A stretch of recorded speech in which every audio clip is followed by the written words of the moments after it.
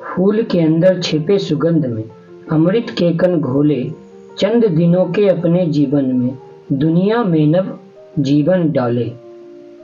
Hello friends, आज मैं आपको हमारे मिथिला के महान शख्स, जिनके बारे में मिथिला के जन जन के मानस पर उनके व्यक्तित्व और कृतित्व की छाप रही है, जिनका नाम ललित नारायण मिश्रा है। ललित नारायण मिश्रा जो अपनी राजनीति, दूरदर्शिता, धर्मनिरपेक्षता, प्रशासनिक दक्षता, राष्ट्रभक्ति और निस्वार्थ जनसेवा के लिए जन जन में चर्चित हैं। ललित बाबू का जन्म 2 फरवरी 1923 ईस्वी को सहरसा जिले के बनस्पति गांव में हुआ था। राजनीति में गहरी रुचि रखने वाले ललित बाबू को श्री कृष्ण सिन्हा राजनीति का ककहरा सिखाया। ललित बाबू को अपनी मातृभाषा मैथिली से और अपनी कर्म भूमि मिथिलांचल से अगाध प्रेम था। मैथिली की साहित्यिक संपन्नता और विशिष्टता को देखते हुए 1963 से 1964 में ललित बाबू की पहल पर प्रधानमंत्री जवाहरलाल नेहरू जी साहित्यिक अकेडमी में भारतीय भाषाओं की सूची में सम्मिलित किया।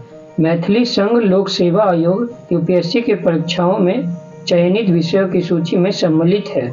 उन्होंने मैथिली चित्रकला को देश विदेश में प्रचलित कर उसकी अलग पहचान बनाई। मिथिलांचल के विकास की कड़ी में ही ललित बाबू ने लखनऊ से असम तक लेटरल रोड की मंजूरी करवाई थी, जो मुजफ्फरपुर और दरभंगा होते हुए फरबिसगंज तक दूरी के लिए स्वीकृति हुई थी। उन्होंने विदेश व्यापार मंत्री के रूप में बाढ़ नियंत्रण एवं कोसी योजना में पश्चिमी नहर के निर्माण के लिए नेपाल भारत समझौता कराया। देश के पहले प्रधानमंत्री जवाहरलाल नेहरू जी के कार्यकाल में उन्होंने संसदीय सचिव का पदभार मिला और इंदिरा गांधी के दौरान 1973 से 1975 ईस्वी तक वे भारत के रेल मंत्री के पद पर थे। इस पद पर रहकर उन्होंने भारत के लिए बहुत कुछ किया। इसी पद पर रहते हुए उन्होंने 3 जनवरी 1975 ईस्वी में समस्तीपुर रेलवे स्टेशन से एक नई रेलवे लाइन का उद्घाटन कार्यक्रम के दौरान हुए बम विस्फोट में अपनी जान गंवा दी।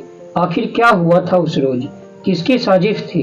पूरे भारत और मिथिलांचल के लोग के लिए मनहूस दिन से कम नहीं था।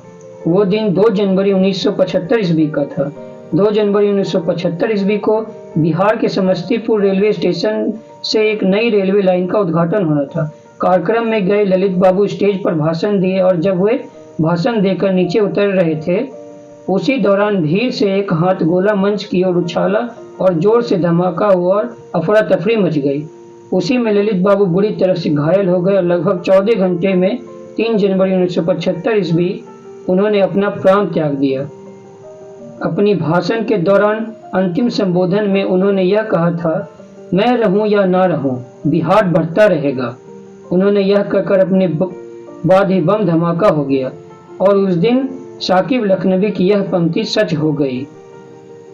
बहुत गौर से सुन रहा था जमाना, तुम ही खो गए दास्तां कहते कहते।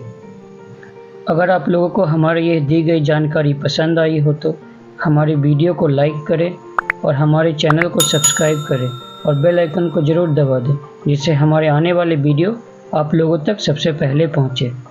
धन्यवाद दोस्तों।